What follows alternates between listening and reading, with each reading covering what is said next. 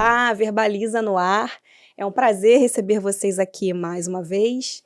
Lembrando sempre para vocês se inscreverem no canal, ativar o sininho e ficar por aqui. Hoje eu tenho uma conversa muito interessante e eu tenho certeza que você que está aí do outro lado vai se sentir muito acolhida.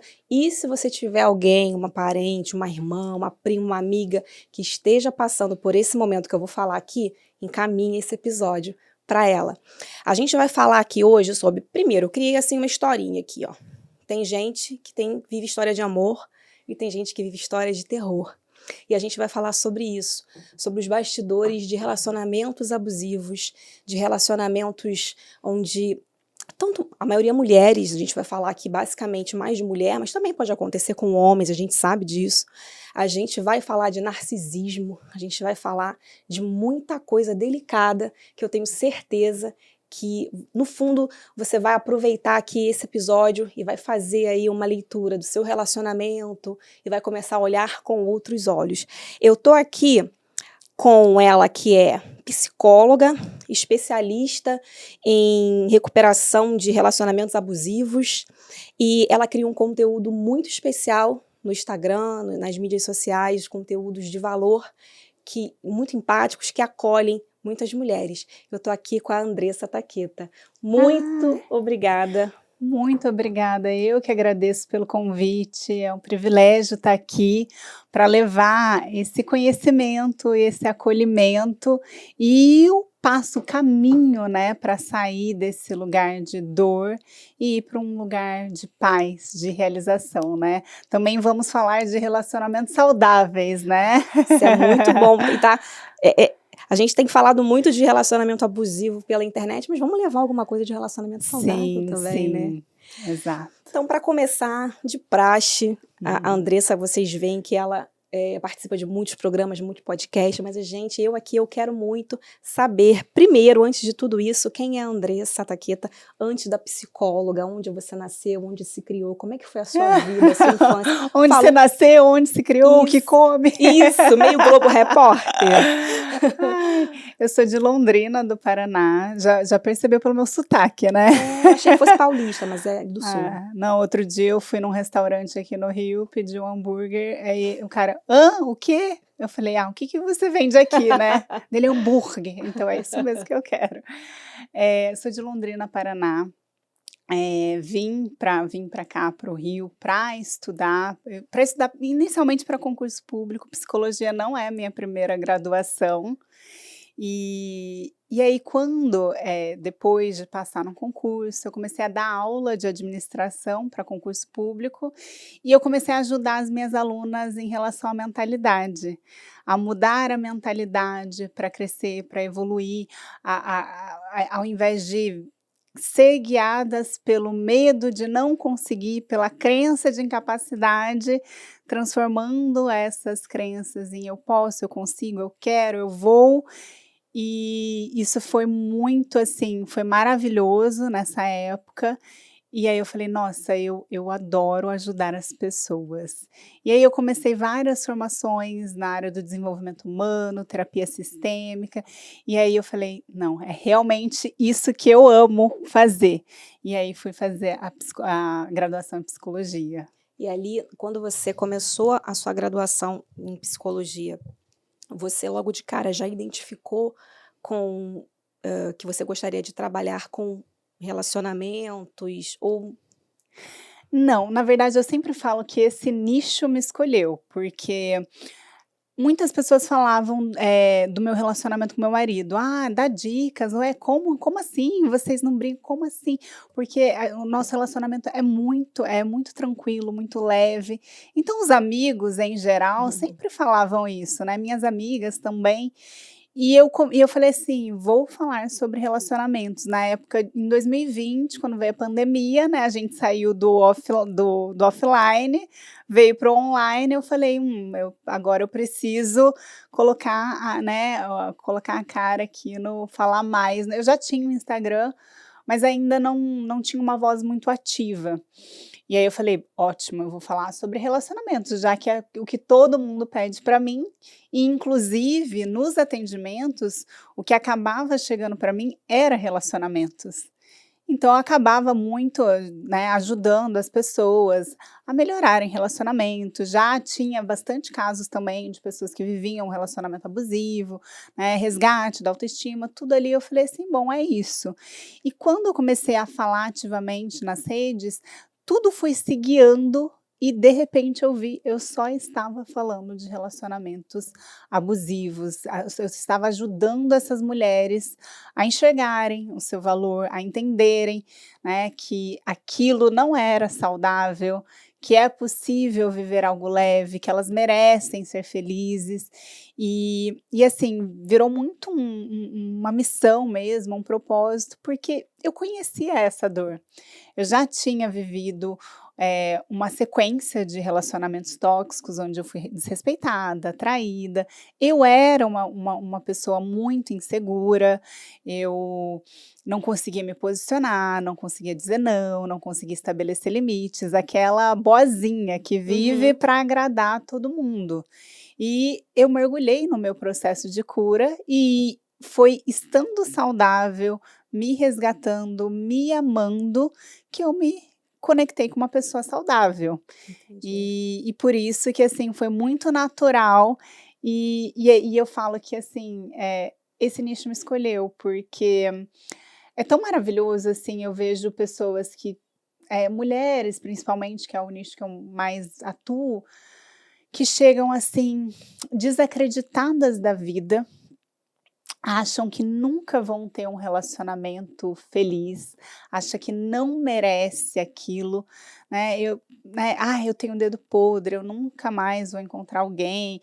E eu pensava: "Nossa, eu já passei por isso e eu sei que sim, a gente merece, a gente consegue, quando a gente se cura". Quando a gente trata tantas feridas emocionais que a gente carrega, tantos medos que fazem com que a gente esteja sempre se conectando com pessoas, abusivas, tóxicas, imaturas, indisponíveis emocionalmente. E eu sempre, né, sempre trazendo e gerando essa mudança, é tão gratificante, Uhum. né. Hoje, assim, eu vejo, eh, alunas e pacientes que eu atendi lá atrás, hoje num relacionamento leve, saudável, feliz, independente do tempo, sabe. Eu tenho uma paciente que ela viveu 26 anos casada com um pastor, inclusive, Hum. vivia um relacionamento extremamente abusivo, ela conseguiu se libertar e hoje está um relacionamento leve, feliz. Então, assim, independente do tempo, independente do quanto, né, essa mulher foi ferida, ela é capaz de renascer e viver o que ela merece. Mas antes disso vem a cura. Entendi. E como é que foi o seu processo de cura? Você foi atrás de ajuda ou foi um Uhum. mergulho em autoconhecimento? Você conseguiu, se conhecer e conseguiu se libertar sozinha? Como é que foi? Na verdade, nessa época eu já estava, buscando formações em autodesenvolvimento, então fui mergulhando, eu mergulhei em várias abordagens terapêuticas, em várias formações, e aí eu fui entendendo quanta coisa eu ainda carregava lá do passado. E aí eu fui, me desenvolvendo, me conhecendo, me amando, colocando tudo isso em prática, tanto que esse processo, né, ele demorou 3 anos. E dentro do meu programa terapêutico, eu trago tudo que foi importante para o meu processo, porque às vezes, a minha linha de abordagem dentro da psicologia é teoria cognitivo comportamental, a TCC. Só que dentro do programa, eu trago outras abordagens. Uhum, Por quê? Porque essas abordagens foram importantes para o meu processo. entendi. Então é multifatorial, multidisciplinar. E no caso, como você passou por esse relacionamento, por tantos relacionamentos, tantas pessoas tóxicas, além do estudo, você tem autoridade máxima para saber e ensinar e ajudar a mulher a se curar, né? Eu brinco que, a nossa cicatriz realmente ela tem um poder de cura. quando a gente passa pelo processo, e assim, é incrível, porque dentro da minha comunidade, as alunas, quando elas se curam, elas passam a querer ajudar outras mulheres.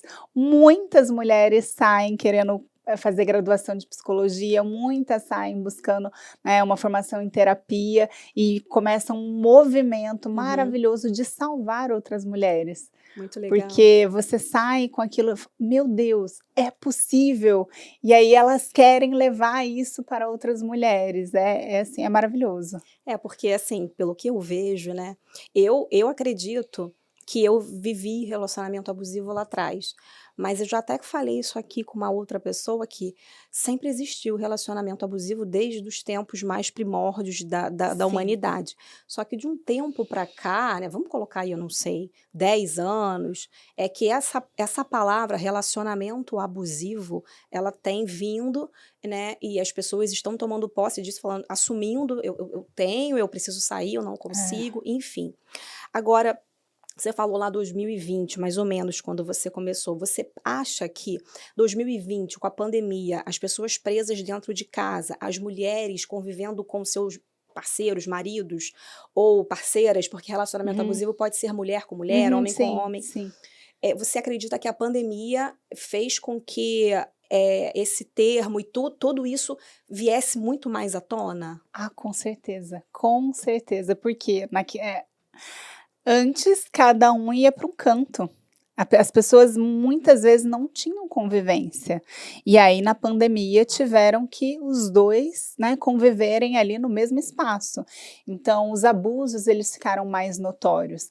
As pessoas ainda hoje, apesar de tanto conhecimento, né, nas redes sociais, ainda existe uma dificuldade de entender: "Será que eu estou num relacionamento abusivo?". Chegam muitas pessoas para mim ainda com essa dúvida. Por quê? Porque, as pessoas pensam, e ainda a gente tem essa bagagem de que o relacionamento abusivo é quando tem a violência física. Mas ele nunca me bateu, mas ele não me controla, né, como se relacionamento abusivo, fosse só quando existe a violência física. Mas quando se trata de um manipulador e de uma pessoa narcisista que tem um transtorno de personalidade narcisista, o abuso é muito sutil. É invisível. Eu falo que é uma gota de veneno por dia. A pessoa vai definhando aos poucos, ela vai adoecendo, ela vai se perdendo de si, ela vai se despersonalizando, porque ela está entendendo que ela é culpada, que ela é inadequada, ela vai sendo criticada aos pouquinhos.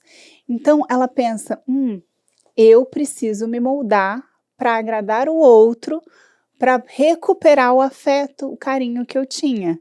Então ela ainda não consegue enxergar que tudo aquilo que ela está vivendo, toda essa insegurança, essa confusão mental, esses medos, essa tensão, é causada pela outra pessoa, né? É um abuso emocional. Tanto que um dos abusos emocionais que é muito forte e muita gente não identifica como abuso, é o tratamento de silêncio. Porque o tratamento de silêncio, ele é violento demais. Aquela pessoa, o abusador, ele ignora totalmente a vítima, simplesmente, quando a vítima tenta uma comunicação, ele não fala, ele some, ele não responde, e ele fica ali dias em silêncio. E a vítima fica desesperada, meu Deus, o que que eu fiz? O que que eu fiz? Ela começa a pedir desculpas para poder quebrar aquele silêncio, e aí depois de um tempo o abusador vem e age como se nada tivesse acontecido. Isso é um abuso, só que ela fica confusa, porque percebe que não tem um xingamento, não tem uma crítica, não tem uma gritaria, não tem uma explosão. Então ela acha que não, que na verdade ele é assim mesmo, ele é introvertido, tá com muita carga no trabalho, mas não, isso é um abuso. Qual que é a intenção da pessoa manipuladora? É deixar a vítima insegura para que maior controle, maior poder, maior domínio. É diferente de um relacionamento saudável. No relacionamento saudável, o silêncio ele existe, né? Claro, você está ali numa discussão com o seu marido e você não quer, né, ferir com palavras. Você respira fundo, vai para o seu canto, ele vai para o dele. Depois, quando o sangue esfria, vocês vão conversar. Vocês vão, né, ali alinhar e ver o que está acontecendo.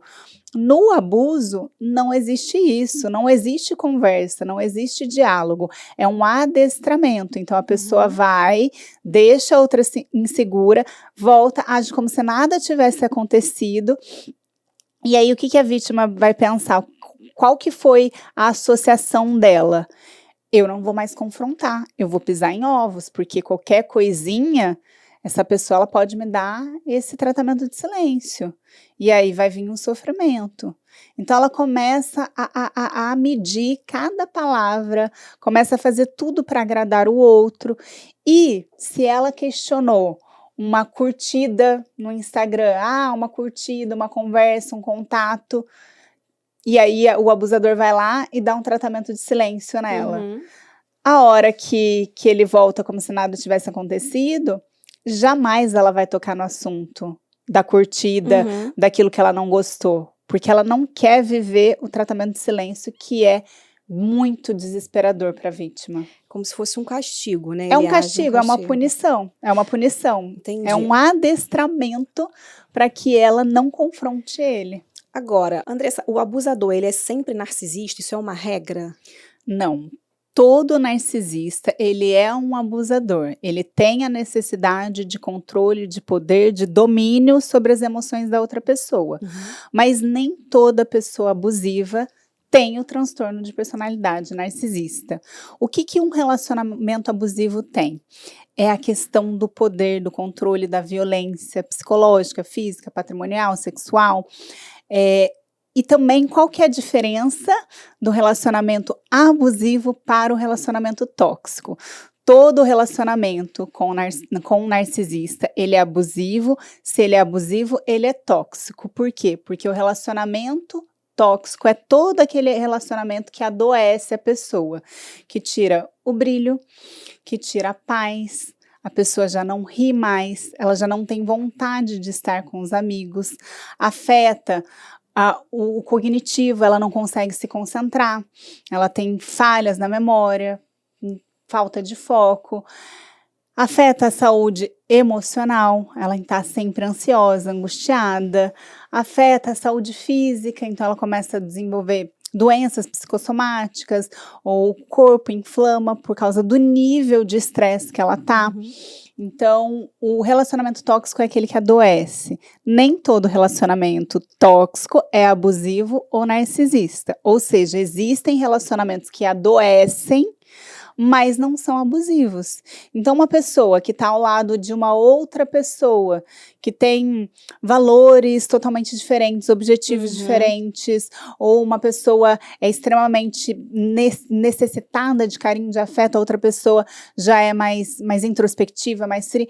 Às vezes, aquela convivência pode adoecer uma das partes, ou seja, é tóxico, mas não vai ser abusivo, não vai ter a intenção e o poder e o controle por trás, entende? Entendi. Então, assim, falando de uma forma muito leiga, o relacionamento tóxico, ele é menos pior do que o abusivo. De repente, por conta, relacionamento tóxico pode ser duas pessoas com temperamentos completamente distintos, pessoas com valores distintos, mas não necessariamente essa pessoa faz de propósito para afetar aquela. Exato, não tem a intenção do poder e do controle por trás. Só que, vamos lá, se adoece, já não é um relacionamento para você se encolher para caber. E aí é que está uma coisa muito importante da gente falar. Hoje em dia se fala, né, hoje em dia até o termo narcisista está banalizado, as pessoas, né, então, me traiu é narcisista, é egoísta, é narcisista. Não, né, o transtorno de personalidade narcisista é um conjunto de características da essência da pessoa. Agora, as pessoas ficam presas ao rótulo do narcisista. Mas espera aí, se esse relacionamento te deixa mal, se você já pontuou o que te machuca, o que te faz mal nessa relação e a outra pessoa não liga para as suas necessidades, para os seus desejos, para os seus interesses, se você está ali, né, confusa nesse relacionamento, não sente que tem um parceiro do lado, já não tem respeito, já não tem reciprocidade, este não é um relacionamento para você. A gente acostumou a ter a ideia de que a gente precisa lutar muito, se esforçar muito para manter um relacionamento. Só que relacionamento é troca, troca entre dar e receber, é 50% de um, 50% do outro. Nenhum relacionamento em que uma pessoa só está lutando vai para frente, porque ela vai se sentir sobrecarregada enquanto o outro vai estar negligente. Então, peraí, se está fazendo mal à minha saúde, esse é o limite em que você deveria parar, olhar e falar, não, peraí, a minha saúde é importante, eu preciso da saúde para cuidar dos meus filhos, para cuidar da minha casa, para cuidar da minha profissão, para viver, eu preciso da minha saúde. Só que, como a gente vem aprendendo sempre que a gente precisa lutar muito, muitas vezes a gente vai empurrando com a barriga até chegar num limite. E o limite, ele é perigoso, porque muitas vezes já se desenvolveram doenças mais graves, né? Ou já chegou num nível de desrespeito em que às vezes os filhos estão presenciando, né? Então, e fora que a pessoa ela vai aguentando por um longo período de tempo tanto desrespeito, ameaça, chantagem emocional, humilhações, abusos. E aí, quando ela sai de lá e ela olha para trás, acho que a pior dor, né? A pior dor é a dor do arrependimento. É você olhar e falar assim, meu Deus, quanto tempo eu investi nessa relação e eu não recebi nada em troca. Então a gente precisa olhar para isso. A mulher que fica muito tempo nesse relacionamento insistindo, é uma mulher que é justa. Ela tem um valor de justiça muito alto. Ela sempre dá ali o benefício da dúvida. Ela é muito empática. Ela acha que o amor dela, o carinho dela, a bondade dela pode consertar e salvar a outra pessoa. Mas não é possível mudar, ajudar quem não quer ser ajudado. Só muda quem quer. A gente tem que sair, ninguém muda ninguém, a gente tem que sair desse lugar de ser oficina. De ser oficina, de ser centro de reabilitação, de ser terapeuta, psicólogo. Não. Nós somos princesas, né? Pelo menos deveríamos. Dignas de sermos amadas, cuidadas, valorizadas. Então, na verdade, nós temos essa responsabilidade.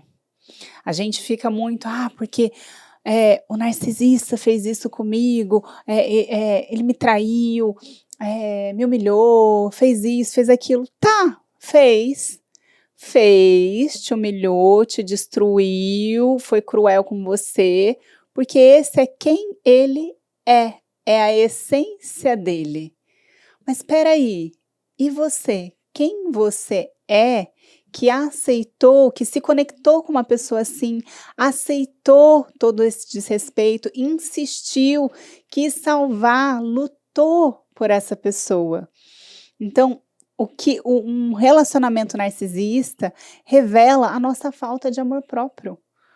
Porque se eu tenho amor próprio, tudo bem, no início, o narcisista ele é extremamente charmoso e você vai, ainda que você tenha amor próprio, você pode cair, mas você não persiste nessa relação.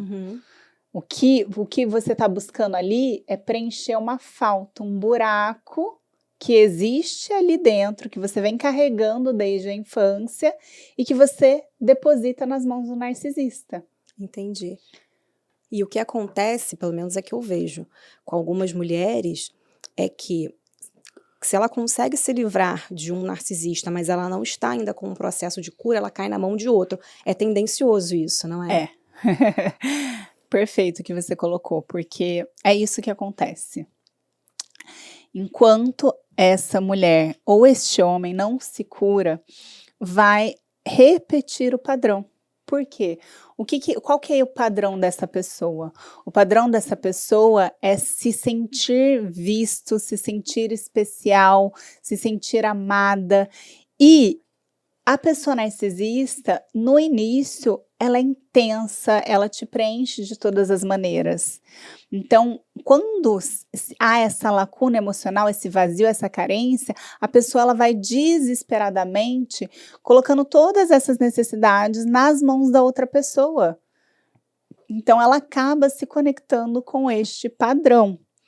E se ela não se cura, ou ela repete o padrão, ou ela se fecha para relacionamento, porque é tanta dor que ela viveu no passado que ela fala, não quero mais isso para minha vida. E aí ela afasta qualquer pessoa, porque todo mundo para ela virou narcisista. Ela tá vendo narcisista em tudo quanto é lugar. Ou ela tem recaídas, porque ela começa a viver a crise de abstinência, ela sente falta e aí acaba voltando pro narcisista. Ou então, quando ela encontra uma pessoa que é bacana, que tem valores, que é uma pessoa que respeita, ela dá um jeito de estragar essa relação, porque ela não se sente merecedora de um relacionamento leve, feliz, saudável. Por isso que o processo de cura, assim, é indispensável, porque a gente vai vivendo, a gente vai se conectando com tudo aquilo que a gente já viveu, com os nossos traumas, nossas dores, nossos medos, aquilo que é confortável para o nosso cérebro. E essa pessoa, o que ela viveu? Talvez ela viveu pais, né, com conflitos, um ambiente de traição, um ambiente de dor, ou então ela passou por um relacionamento onde ela não foi vista, e aí ela sai desse relacionamento já com mágoas, com dores. Ou seja, aquele ambiente é confortável, é tudo que ela conhece. E o nosso cérebro, ele busca sempre o conhecido. O desconhecido gera pavor para o nosso cérebro. É até por isso que uma pessoa que está num relacionamento assim, é muito difícil ela conseguir sair. Porque o cérebro dela pensa, bom, isso aqui, conflito, abandono, ausência, culpa, brigas, eu sei lidar, eu sei lidar com isso, mas sair daqui e enfrentar a solidão, eu não sei lidar. Por isso que uma mulher mesmo, mulher ou homem, mesmo estando num relacionamento assim, o que ela fala? Ela fala assim, meu Deus, como eu sou burra, eu sei de tudo que ele está fazendo comigo, eu vi, mas ainda assim eu estou aqui, que raiva de mim. E essa raiva que ela sente dela é justamente a briga do racional com o emocional. O emocional dela quer ficar ali, por quê? Porque é confortável. Sendo que o racional fala para ela, sai daí, esse lugar não é para você, você merece mais. Só que o emocional dela não consegue, porque quando a gente está num relacionamento assim, toda a nossa química cerebral altera, porque o nosso cérebro libera muito cortisol, que é o hormônio do estresse. Isso inunda, afeta o nosso sistema imunológico, a tireoide, nosso corpo inflama, diminui o hipocampo, a gente tem falhas de memória, a amígdala cerebral, a gente fica ansiosa o tempo inteiro e afeta o córtex pré-frontal, que é a parte do nosso cérebro responsável por tomar uma decisão. Então essa mulher, ela não consegue tomar uma decisão para sair dali. Ela não consegue ter clareza, analisar a situação. Então ela não sai, não é porque ela não quer, não é porque ela gosta de sofrer, é porque ela realmente não consegue.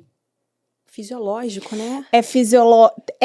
Tem a fisiologia, tem a psique, que são os medos dela que prendem ela ali. O medo do abandono, o medo da rejeição, o medo de não dar conta. Porque durante todo o relacionamento, o que ela foi ouvindo?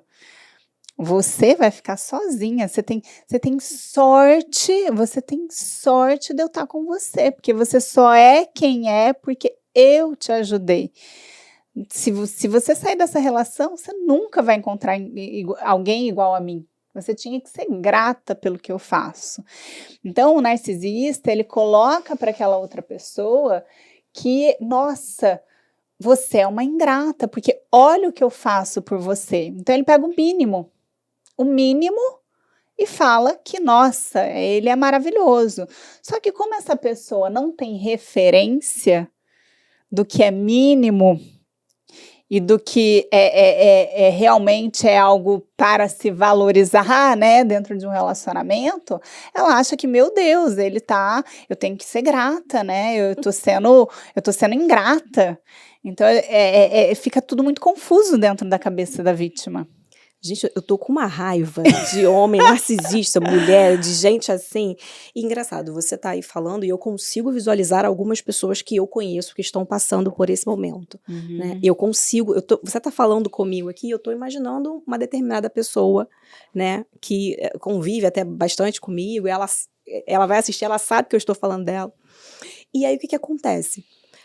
Uma pessoa de fora como eu, por exemplo, eu chego para ela e falo, você precisa fazer alguma coisa, você precisa fazer isso, você precisa tomar uma atitude para a vida, a tendência é piorar. Aí eu viro para ela e falo assim, daqui a 5 anos você quer estar vivendo dessa forma, você vai estar muito pior. O que essa pessoa, nesse auge desse sofrimento, o que ela tem que fazer? A primeira coisa que ela tem que fazer. Tá, vamos lá. Primeiro vou falar para quem identificou algum amigo, alguma pessoa que está passando por isso. Não faça isso. Porque é como se você estivesse dando um atestado para ela de impotência, de incompetência. Você não consegue sair. Ela sabe que ela precisa sair, sabe? Ela não gosta de sofrer, ela sabe que ela precisa sair. Ela não consegue de fato, porque existe um vínculo traumático mesmo. É uma obsessão por aquela pessoa, tá? Quanto mais a pessoa rejeita, mais ela fica apegada pelo narcisista. Por que isso acontece? Isso acontece, isso se chama reforço intermitente. Vou explicar aqui o experimento do Skinner, que acho que vai ficar claro. Skinner, ele pegou um ratinho e ele colocou o queijo, e assim que o ratinho apertasse a alavanca, ele receberia o queijo. Então, ele fez esse experimento, colocou o queijo lá, o ratinho ia lá, apertava a alavanca, recebia queijo. E aí o ratinho ia lá, apertava a alavanca e recebia o queijo. O que aconteceu? O ratinho, ele parou de apertar a alavanca para pegar o queijo, porque ele falou assim, o queijo vai estar lá, é previsível. E aí o que ele fez? Ele começou a tirar o queijo. Então o ratinho ia lá, apertava, tinha queijo. De repente o ratinho ia lá, apertava e não tinha queijo. Essa imprevisibilidade começou a gerar uma obsessão do ratinho. Ele começou a ir lá toda hora e apertar a alavanca, toda hora e apertar a alavanca. E é isso que acontece. A pessoa, ela fica obcecada pela ausência do outro. Ela fica obcecada por não conseguir o afeto do outro. Então, quanto mais rejeitada ela é, mais ela tenta provar o valor dela para o narcisista. Ela quer provar que ela é merecedora de amor, que ela é digna. Então, ela se molda, ela faz tudo e fica ali. E é uma questão do ego ferido. O ego dela foi ferido. Por quê? Porque esse narcisista lá no início colocou ela num pedestal. Você é a mulher da minha vida, eu não consigo viver sem você, você é meu tudo, eu nunca me senti tão bem quanto eu me sinto com você. Você é a razão da minha felicidade. Então ela se sente especial. E aí, quando começam as desvalorizações, como o valor dela foi atrelado a tudo que ele deu no início, ela se sente um lixo. E aí ela fala, meu Deus, eu preciso buscar isso. Então ela não está só buscando o afeto, ela está buscando o valor dela, que foi destruído pela desvalorização do narcisista. Porque ele mesmo elogia, ele mesmo desvaloriza, despreza e descarta. Então é uma obsessão muito grande por ter um pouco daquilo, por ter o afeto, pelo valor dela. Entendi. O narcisista, vou fazer todas as perguntas que eu estou fazendo são leigas, porque para mim é muito interessante, mas assim, de verdade, eu não consigo, eu nunca vivi, graças a Deus, assim, com uma pessoa num relacionamento nesse nível. Eu tive relacionamentos tóxicos, soube a diferença, agora eu sei a diferença, você me explicou. Relacionamentos lá atrás, na minha juventude, tive aqueles relacionamentos tóxicos. Agora, narcisista, eu tô com raiva deles. Ele sabe que ele faz tudo de caso pensado ou ele faz de forma involuntária? Ele é tipo um doente coitado, digamos assim, ou ele sabe do que ele tá fazendo? Ele sabe o que faz. Olha, primeiro, ele não é um doente coitado. Ele sim tem um transtorno de personalidade, mas ele não é um coitado.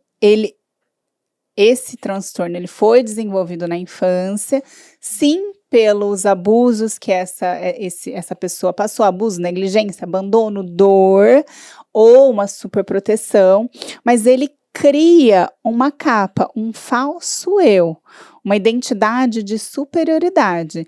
Então, na verdade, ele não é um pobre coitado, porque existe o narcisista grandioso, que se vangloria, né, que é aquele que fica falando sobre o que ele conseguiu, se exibindo, que é o centro das atenções, que é arrogante, e existe o narcisista vulnerável. O narcisista vulnerável é aquele que manipula de maneira encoberta, é aquele que se vitimiza o tempo inteiro e tudo gira em torno dos problemas dele. Então ele tira a atenção para suas necessidades, seus sonhos, seus desejos, e tudo é sobre os problemas dele. E ele não o senso de superioridade dele está escondido ele não é tudo que ele merecia ser porque o mundo estava contra ele. Então ele responsabiliza todo mundo pela falta de sucesso dele. E aí as pessoas que se relacionam com um narcisista vulnerável acham que ele é coitadinho, tem pena e acham que, bom, é só uma questão de insegurança, ele é inseguro no fundo, então o meu amor, a minha atenção, a minha segurança vai mudar ele. Não vai. Não vai. Nada que você fizer será bom o suficiente ou mudará essa pessoa, porque essa pessoa não quer mudar. Ela é uma pessoa que não reconhece, não tem a capacidade de reconhecer as próprias atitudes, simplesmente ele culpa todo mundo, menos se responsabiliza pelo que ele faz. Ele projeta o que ele é em todo mundo. Então, e ele se vê como superior, ele tem direito de trair, ele tem direito de fazer tudo. E ele vê vantagens em ser como porque assim ele consegue tudo que ele quer, ele consegue que tudo gire em torno do umbigo dele. Então, outra característica principal do narcisista é que ele não tem empatia. Então, ele realmente não consegue amar ninguém, não ama nem os filhos, não ama os pais, não ama os filhos, ele não consegue se conectar emocionalmente. O que é amor? Amor envolve se preocupar com o outro, envolve cuidar, envolve querer ver o outro bem. O narcisista, ele não se importa com o outro, inclusive, ele não quer ver o outro feliz, ele faz de tudo para destruir a felicidade do outro. Então, datas comemorativas, aniversário, promoção, viagens, o narcisista te vê bem, ele vai fazer alguma coisa para destruir a tua felicidade. Se ele te ver comemorando alguma conquista, ele vai fazer você acreditar que você não é merecedora daquela conquista. Então, como é que você convive com uma pessoa que quer ver o teu mal? Né? E aí, voltando para a pergunta que você fez, narcisista sabe o que faz? Ele sabe o que faz, ele tem consciência dos atos dele. Ele não é uma pessoa desconectada da realidade, que tem um distúrbio, que não faz a menor ideia do que está fazendo. Ele sabe o que faz. Ele não tem a consciência moral, ou seja, ele não acha que o que ele faz é errado. Por quê? Porque ele é um ser superior, ele pode fazer, e as pessoas que aguentem, as pessoas são fracas, são sensíveis demais, entende? Se você está sofrendo é porque você é sensível. E isso é um comportamento padrão dele. Uhum. Então, sim, é automático, mas ele tem consciência do que está fazendo. É como escovar os dentes. Você sabe que você está escovando os dentes? Sim, claro. Mas você pensa, eu vou escovar os dentes porque os meus dentes vão ficar limpos e eu não vou ter mau hálito. Não, a gente escova porque escova, tem que escovar. Exato. Mas você sabe por que você sabe por que você escova e você escova. Então, ele tem consciência do que ele faz, mas é tão automático, já é padrão dele que ele faz sem pensar, entendeu? Mas ele sabe o efeito daquilo que ele faz. Você sabe que ao escovar os dentes, você vai manter os seus dentes limpos. Ele sabe que provocando a vítima, provocando, ela vai explodir. E aí ele tá lá com o celular na mão, preparado para filmar a vítima explodindo, gritando, para ele pegar aquilo como prova e falar, tá vendo como você é louca, descontrolada?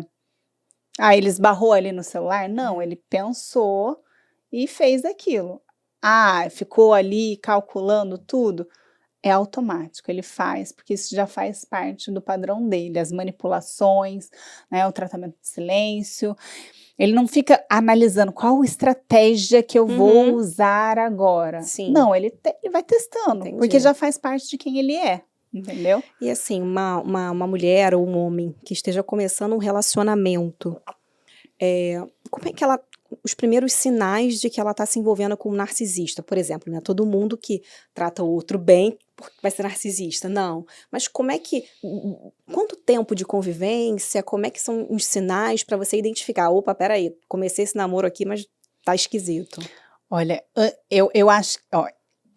a pessoa... Para identificar de fato, ela precisa primeiro estar curada e preenchida com seu amor próprio.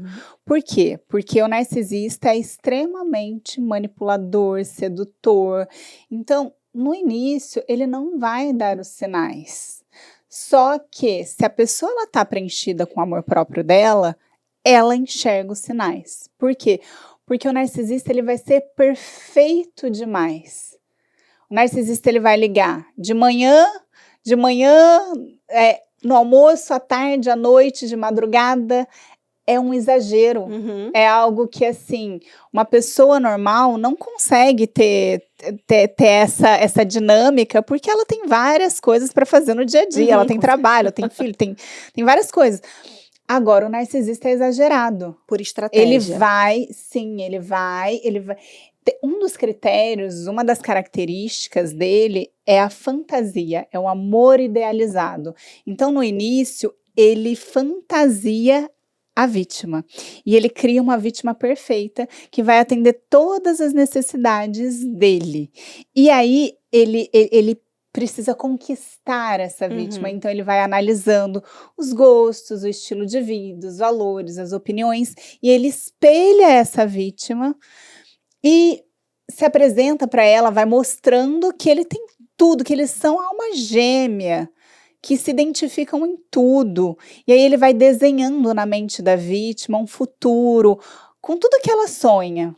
Então se ela sonha em morar no sítio, ele vai falar do sítio. Se ela, se ela gosta da cidade, se ela gosta, ele vai desenhar esse futuro. E já pensou quando a gente tiver isso, isso, aquilo, e ela vai se alimentando e idealizando. Então, outra característica principal é a intensidade. É tudo muito intenso. É uma coisa assim que não é normal. Ainda que haja a paixão no início de um relacionamento, não é intenso e exagerado como é com o narcisista. Nos primeiros dias ele já diz que ama, já diz que quer casar, já diz que quer ter filhos. E aí a vítima, em poucos meses, ela já se entrega, já tá morando junto, já tá casando, já tá tendo filhos, né? E o cérebro, quando a gente tá apaixonada, libera uma química cerebral, que é ocitocina, serotonina, noradrenalina, hormônio do apego afetivo. Então, aquela bagunça química traz um bem-estar e faz com que o nosso cérebro entre em uma espécie de demência cerebral. Por isso que a gente fala, tá bobo de paixão, tá cego de paixão. Por quê? Porque inibe o córtex pré-frontal, a parte do nosso cérebro que pensa, que analisa, que julga, que toma decisão, e aí a gente, né, fica ali, a energia aumenta, é tudo muito bom, percebe? E aí aquela pessoa toma decisões impulsivas, né, se entrega para a relação, e aí ela mergulha naquilo, e ela nega os sinais. Por isso que a base é estar curada e preenchida com o seu amor próprio, porque se tiver uma lacuna emocional ali, a pessoa recebe aquilo, aquela fonte de prazer, ela vai negar todos os outros sinais e vai, ir de cabeça, entende? Por isso que eu falo, ingrediente básico de um relacionamento saudável é conhecer a outra pessoa, é tempo. Porque só com o tempo você conhece como a pessoa é com a família, como a pessoa é com os amigos do trabalho, quais são os relacionamentos anteriores, o que aconteceu nos relacionamentos anteriores dessa pessoa, como essa pessoa é em situação de estresse. No momento em que você diz não para ela, no momento em que você discorda dela, em que tudo não gira em torno do umbigo dela, como que ela reage? Isso só o tempo, né? Só o tempo. E aí, é aí que você descobre o narcisista, porque a máscara dele cai quando ele é criticado, quando ele é desmascarado, quando ele é rejeitado, quando as coisas não giram em torno do umbigo dele. Uma pessoa egoísta, egocêntrica, vaidosa, não necessariamente é narcisista, mas todo narcisista é tudo isso. Não. Tem uma diferença aí. O que acontece? O nome narcisista, ele vem do mito de Narciso, né? Daquele que, né, se apaixonou pela imagem que ele via no espelho e tirou a própria vida porque não conseguia se relacionar com a imagem dele. Então, o senso comum, né, vê a palavra narcisista como uma pessoa vaidosa que se ama demais. Que é um mito, porque o narcisista ele não se ama. O narcisista ele tem vergonha de si. Ele esconde um vazio tão grande e cria um personagem, um ator, bota uma máscara de uma pessoa maravilhosa. Então o narcisista é bom. Ele é bom para as pessoas de fora, ele é bom no trabalho, ele é um bom pai, é um bom marido, uma boa mãe, uma boa esposa.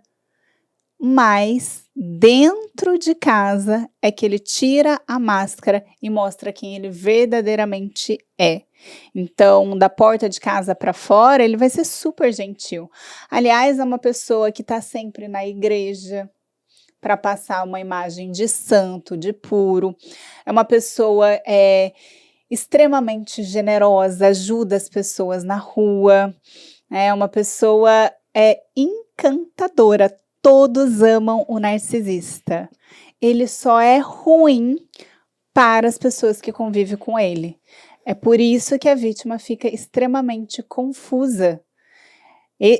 A confusão mental é algo assim, a ponto-chave para você identificar se está num relacionamento narcisista. Se você tá achando que você tá enlouquecendo, se você tá perdendo a noção, a percepção da realidade, provavelmente você está num relacionamento narcisista. Por quê? O narcisista, ele é ambíguo, ele é incongruente. Ele fala uma coisa e ele faz outra coisa. Ele é generoso e altruísta com as pessoas de fora, mas ele não tem empatia. Ele fala que ama a vítima, mas ele humilha, ele maltrata, ele desrespeita. Então, olha, ele cobra a fidelidade da vítima, mas ele trai o tempo inteiro. É uma incongruência muito grande. Por isso que essa vítima ela fica confusa. No momento ele humilha, ele trata mal. No segundo seguinte, ele age como se nada tivesse acontecido, quer beijo. E aí ela vai minimizando. Eu acho que não foi tão grave assim. Eu acho que eu que estou exagerando. E aí ela fica pegando os fatos. Não, mas peraí, ele disse que me ama. Ele é bom com as pessoas. Ele me cobra fidelidade. Eu acho, ele não é essa pessoa. Então percebe como a cabeça dela fica muito confusa e fica difícil aceitar e enxergar que a pessoa que está ao lado dela não é aquele príncipe encantado, aquela mulher maravilhosa lá do início da relação. Essa é a maior dor da pessoa. Ela olhar para trás e falar assim, nossa, eu nunca fui amada, não existia amor ali, era uma máscara. Mas eu senti na minha pele, né? Eu me senti amada, eu me senti especial. E aí eu acho que isso é uma coisa que a vítima ela precisa olhar para dentro e pensar, peraí, eu me entreguei nessa relação porque eu sou de verdade. Eu tenho coração. Eu tenho bondade dentro de mim, e isso continua dentro de mim. Porque ela sai despedaçada e aí ela começa a falar assim, não, eu queria ser ruim, porque aí, né, eu queria ser ruim. Como assim o narcisista tá lá se dando bem e eu tô aqui juntando os meus caquinhos? Você tá juntando os seus caquinhos porque você é uma pessoa de verdade, porque você tem sentimentos, porque você tem emoções, porque você precisa passar pelo processo de luto, elaborar isso, se curar dos traumas que ficaram.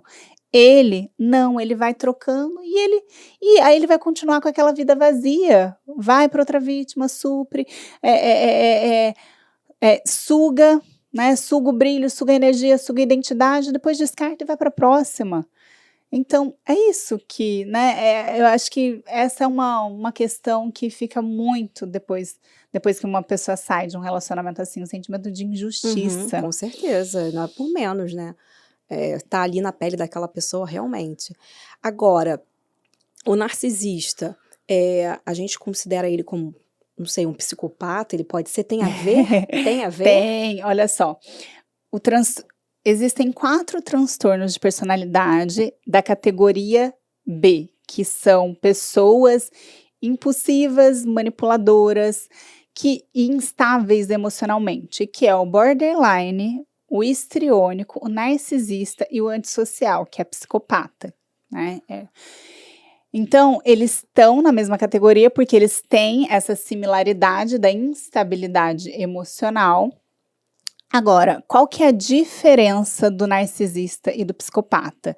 Então, assim como o narcisista não é essa pessoa vaidosa que se ama, o psicopata também não é o que o senso comum acha que é o serial killer, né? A minoria é serial killer. Às vezes você convive com um psicopata e nem sabe, né?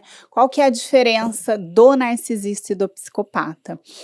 A característica principal do narcisista é o senso de superioridade, ou seja, ele acha que é melhor que todo mundo, a necessidade extrema de atenção e admiração das pessoas, então ele precisa criar uma imagem de que ele é perfeito para que todas as pessoas fiquem validando ele, e a falta de empatia, a incapacidade de se colocar no lugar do outro, de amar, a incapacidade de se preocupar com a outra pessoa. O psicopata é o desprezo pelas outras pessoas, a falta de empatia. Então, ele tem prazer, o psicopata ele tem prazer no sofrimento do outro. São transtornos que estão ali um do ladinho do outro. Inclusive, né, o transtorno de personalidade perversa, esse sadismo, ele tá ali, ó, colado com o psicopata, que tem esse sadismo entranhado. Qual que é a diferença? A diferença é, o psicopata, ele não é uma pessoa insegura, que tem um ego frágil, que precisa que a outra pessoa valide ele.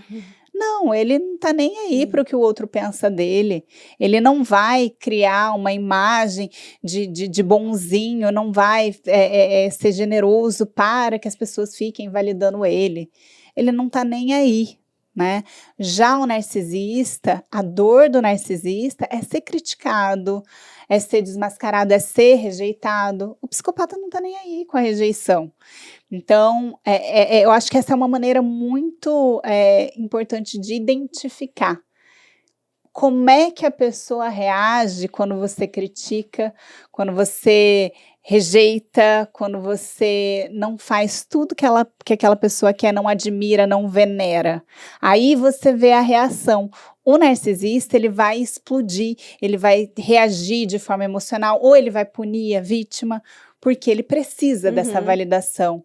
O psicopata não, ele não tá nem aí. Entendeu? Entendi. Tanto que no ciclo de abuso existem algumas fases. A fase do início, onde o psicopata ou o narcisista bombardeia a vítima de amor, de carinho, de atenção para conquistar. Depois passa para a fase de desvalorização, onde ele começa a diminuir, isolar, manipular, mentir, comparar. Ele faz tudo para que aquela vítima se sinta insegura. E aí depois, quando a vítima não tem mais vitalidade, energia, disposição, quando ele já pegou, se ele queria o dinheiro, ele já explorou financeiramente, se ele queria, o que ele conseguir suprir, ele vai, deixa, a vítima não tem mais nada a oferecer, tem a fase do descarte, onde eles descartam as vítimas. O narcisista, depois de um tempo, ele volta atrás da vítima para alimentar o próprio ego, para mostrar para a vítima e para ele que ele ainda tem poder sobre os sentimentos e emoções da vítima. O psicopata não. Do descarte, ele vai para a próxima vítima e segue em frente, entendeu? Entendi. Porque ele não tem esse problema com ego. Essa é a maior diferença. Entendi. E o psicopata, ele tem o maior desprezo às leis e às regras.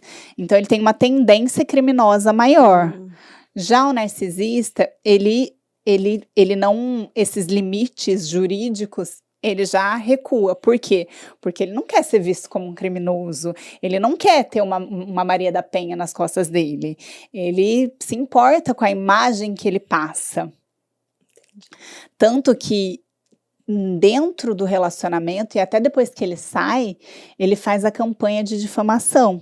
Então ele vai falando, alimentando as pessoas ao redor, mudando a percepção que as pessoas ao redor têm sobre a vítima, e depois que sai dessa relação, ainda continua essa campanha de difamação.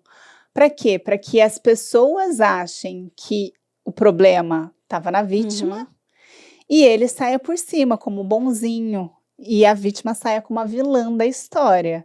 Então ele inventa que a vítima traiu ele, ela acabou com a família, eu tentei, eu lutei, sendo que é o contrário de tudo que aconteceu. Então depois ainda que ela sai, ela tem que lidar com toda essa situação.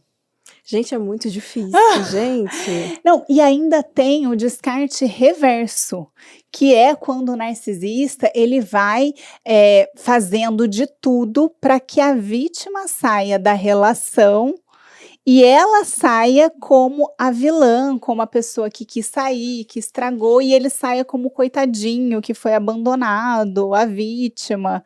Então, sim, é pesado demais. Muito pesado. A gente tem uma noção superficial, Mas é algo, nossa, é muito, eu tô assim, chocada com muita coisa, porque eu imaginava que fosse algo ruim, mas não algo absurdo, assim. Pois é, as pessoas pensam, é uma pessoa que egoísta. Não, gente, é uma pessoa que conviver com um narcisista é um caos porque ele odeia a tranquilidade.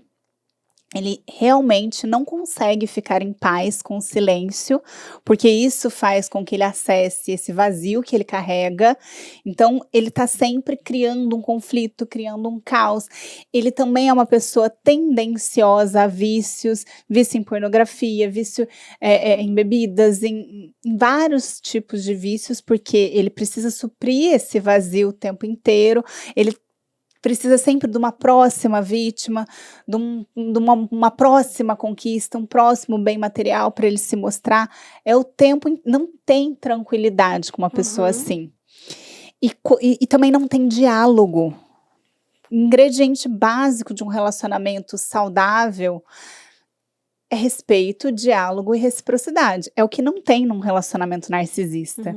Num relacionamento narcisista, a vítima, ela tenta conversar, ela tenta dialogar, mas o narcisista, para ele, diálogo é uma guerra, onde ele quer ganhar. Então, a vítima, ela vai tentar mostrar o lado dela, o que está machucando ela, o que poderia mudar no relacionamento, vai tentar alinhar. Ele vai e começa a acusar a vítima do que ela fez no passado, e começa uma discussão, assim, de horas e horas, e no final a vítima sai se sentindo culpada. E ele sai vencedor daquela discussão, porque para ele quer ganhar. E a vítima, ela quer o quê? Alinhar, ela quer tentar mostrar, ela quer tentar mudar, ela quer tentar salvar essa relação. Mas não existe, não tem como, percebe? Com certeza. E assim, uma pergunta bem louca.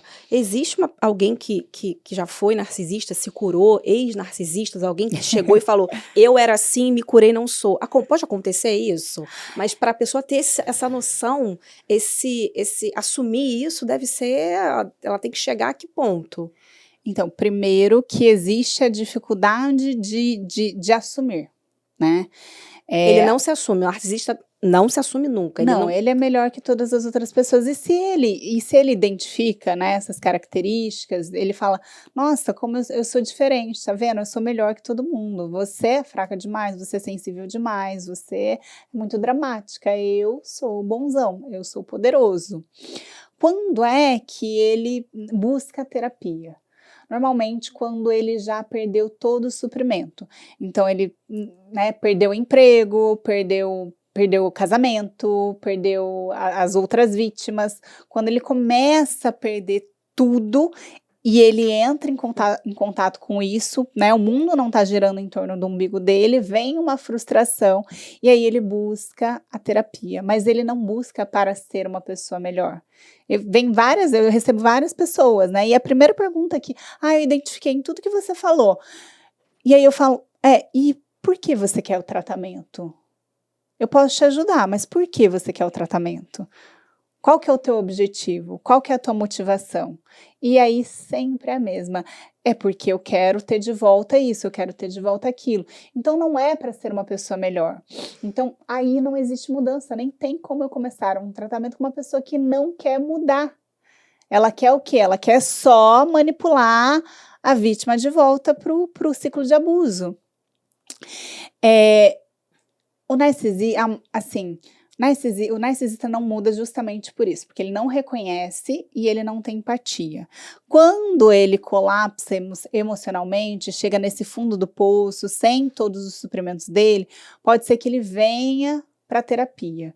Só que os estudos mostram que para amenizar comportamentos, são tratamentos de mais de 2 anos, com paciência, dedicação, e nesses estudos mostram que 70% das pessoas abandonam o tratamento.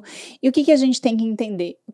O tratamento, a psicoterapia, vai ajudar a amenizar comportamentos, não vai mudar a essência do narcisista. Entendi. E a pessoa acha que assim, quando se ele se tratar, ele vai voltar a ser o príncipe lá do início.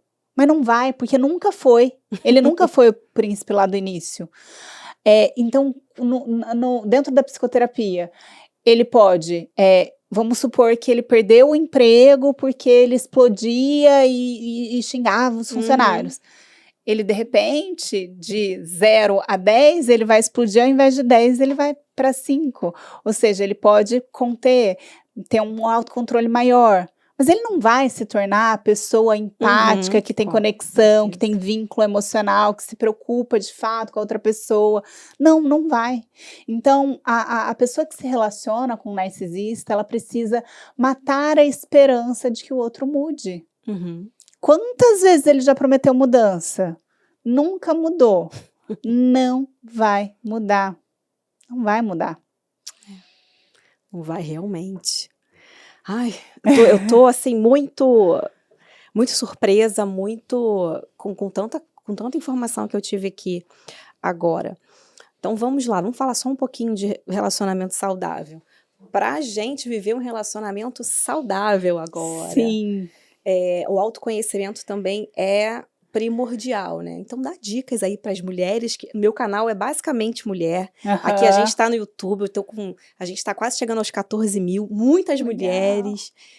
Mulherada. Já aproveitem, já encaminha pra amiga o episódio. Com certeza, porque tem muita gente que precisa ouvir tudo isso, gente. Relacionamento saudável. Como é que a gente encontra um relacionamento saudável? Como é que a gente se prepara para viver um relacionamento saudável? Primeiro, gente, dica de relacionamento saudável. Quer um relacionamento saudável? Primeiro, seja uma pessoa saudável. A pessoa que se conecta com uma pessoa abusiva, manipuladora, ausente, é uma pessoa que não se trata bem. Ela é abusiva com ela mesma, então ela é ausente de si. Por isso ela se conecta com uma pessoa ausente, indisponível. Ela trai a si mesma, por isso que ela é traída pelo outro. Então ela precisa parar de se comparar, aprender a dizer não, aprender a estabelecer limites. Ela precisa se amar, parar de toda hora se criticar, se cobrar. Ela precisa ser a melhor amiga e não a pior inimiga. Mas aí, se você fala com uma pessoa que, né, se relacionou com uma pessoa abusiva, você vai perceber que essa pessoa, ela não sabe se amar, ela não sabe se priorizar. E por que isso? Porque ela carrega dores desde a infância. Então, lá na infância, o que ela aprendeu? Ela aprendeu que ela não é boa o suficiente, que ela não tem valor, que ela precisa se esforçar muito para conseguir ter o amor do outro. Então, quando ela vai para a relação, ela vai se doando demais, fazendo tudo pelo outro e se esquece de si. E ela se esquece de si diariamente. Então, não é uma pessoa que se prioriza, não é uma pessoa que tem tempo com ela mesma, não é uma pessoa que olha para cada área da vida dela, para a área familiar, amigos, intelectual, profissional, emocional, físico, espiritual. Não, não. Ela coloca o relacionamento no centro. E ela acredita que o relacionamento vai salvar ela dessa sensação de insuficiência. Então, lá é uma pessoa que vem ali das crenças do amor romântico, que assistiu muitas novelas, desenhos, né? A bela, boazinha, que transforma a fera num príncipe encantado. Então, ela acha que ela vai salvar o outro e ela acha que ela vai ser salva. Ela é sempre escolhida. Então, quando ela é escolhida, ela se sente especial, ela se sente amada, ela se sente vista, ela se sente pertencente. Então, ela precisa primeiro se escolher. Quando ela se escolhe, ela não tem a necessidade que o outro escolha ela. Ela vai parar de ser selecionada. Ela vai se amar tanto, estar tão bem com ela mesma, curtir a solitude dela, estar bem na sua própria companhia, e aí sim, quando ela consegue se preencher, ela não vai se conectar mais com o outro através da falta, através dos medos, através dos traumas.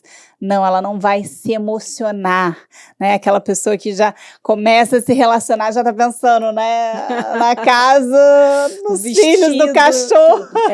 Tem muita gente assim, né? Porque isso é o buraco, esse buraco emocional. Né? E aí as pessoas falam, Andressa, mas é um buraco mesmo, é um vazio, parece que nada preenche. É porque você está buscando preencher este vazio com coisas externas, com emprego, com filho, com relacionamento. Não, esse vazio ele só pode ser preenchido com o seu amor próprio. Só que a gente nunca aprendeu isso, né? A gente aprende que a gente vai ser feliz quando se casar, quando ter sucesso no trabalho, quando ter sucesso na vida financeira.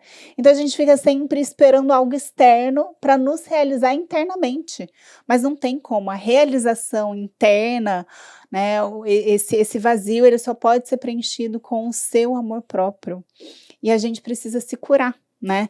Porque a gente vai carregando repetições de padrões, a gente vai carregando faltas, medos, e muitas pessoas falam assim, Andressa, mas eu não vejo, eu não sofri nenhum trauma na minha infância. Eu, Andressa, também não, mas a minha Andressa criança interpretou algumas coisas, algumas faltas, e na vida adulta passou a se relacionar daquela maneira. Então, na verdade, a gente precisa entender como que eu fui dando significado ao mundo, como que eu fui interpretando e como eu me relaciono. Porque se eu continuar me relacionando através das minhas crenças, todo homem trai, todo relacionamento tem defeito, relacionamento é assim mesmo, brigar é normal, sofrimento é amor, o amor suporta tudo, né? O amor não suporta tudo. Amor não suporta traições, humilhações, violência, isso não é amor. A gente tem uma visão distorcida do amor. E o que é um relacionamento saudável? É leve, é tranquilo, tem diálogo, os dois constroem juntos. O sentimento que rege não é ansiedade, é paz, tem reciprocidade, é um torcendo pelo outro, não é como num relacionamento tóxico que um está competindo com o outro, percebe? É muito diferente, só que às vezes a gente não tem referência do que é isso. Por isso que a gente precisa criar a nossa referência, entender os nossos valores, nos curar de tudo que a gente trouxe para que a gente possa viver esse relacionamento saudável. É muita coisa, mas é isso tudo aí, gente. Olha, ela deu um manual aí para vocês pegarem, estudarem, se conhecerem, para terem um relacionamento saudável. Gente, nosso tempo tá bem acabando, mas eu ainda preciso falar de uma coisa aqui. Que eu vi lá na sua bio, que você... Eu botei uma colinha aqui no meu bloco de notas, eu não posso deixar de esquecer de falar disso. É uma masterclass, né, Andressa? Você tem uma masterclass, liberte-se, o amor estar em si. Como é que vai funcionar isso? A Masterclass Liberte-se, o amor começa em si, é uma Masterclass presencial em Lisboa, dia 30 de agosto. Então você que é de Portugal, está convidadíssima para entrar num processo, assim, o teu primeiro passo de cura, porque vai ser, assim, transformador. A gente vai trazer ferramentas terapêuticas para justamente quebrar esses ciclos de relações tóxicas, entender o que a gente vem trazendo nessa bagagem emocional que faz com que eu esteja sempre numa relação tóxica, com que eu não saiba dizer não saiba estabelecer os meus limites, para sair desse ciclo, né, de autossabotagem e seguir em frente, porque a gente merece ser amado, a gente merece ser feliz. Com certeza. E é Portugal por enquanto? Agora em agosto é em Portugal, outubro e novembro teremos em São Paulo e Rio de Janeiro. Olha aí, gente, não é só o pessoal lá de Portugal que vai ter essa oportunidade, Rio e São Paulo também. Infelizmente o nosso tempo acabou, mas Andressa, eu já quero deixar um outro convite para você retornar, para a gente fazer uma conversa ainda maior, uma conversa ainda mais, que a gente pode desdobrar isso para tanta coisa, vem tanta coisa na minha cabeça aqui, né? Hoje a gente falou basicamente 2 narcisistas que eu estou com pavor e ódio deles, e eu desejo de verdade que quem esteja passando por isso consiga de fato se libertar, porque é algo muito pesado de verdade. Deixa uma mensagem para as minhas queridas, meus queridos, também tem homens, mas as minhas queridas seguidoras aqui do canal, deixa um recado seu para elas, por favor, o que que elas podem fazer para ter uma vida plena, um relacionamento pleno e ser feliz? Bom, você merece ser feliz, você merece um relacionamento saudável, você é digna de amor, você é suficiente sim, e você vai sim viver o que Deus tem para você. A gente veio para cá para viver uma vida em abundância. Se você está vivendo um sofrimento, isso não é o que Deus tem para você.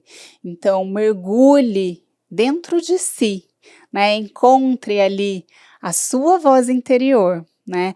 Busque a Deus, porque Ele vai te falar, olha filha, olha filho, não é isso que eu tenho para você, eu tenho algo melhor.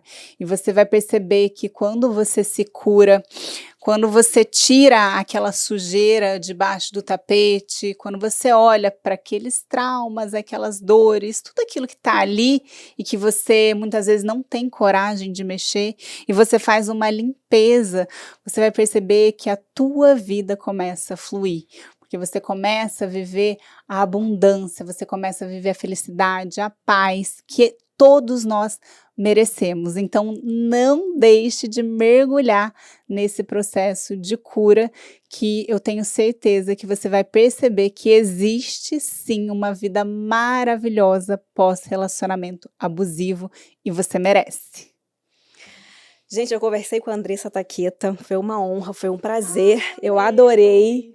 Adorei também, obrigada. E mande esse episódio para quem você sabe que precisa ouvir essa conversa, tá bom?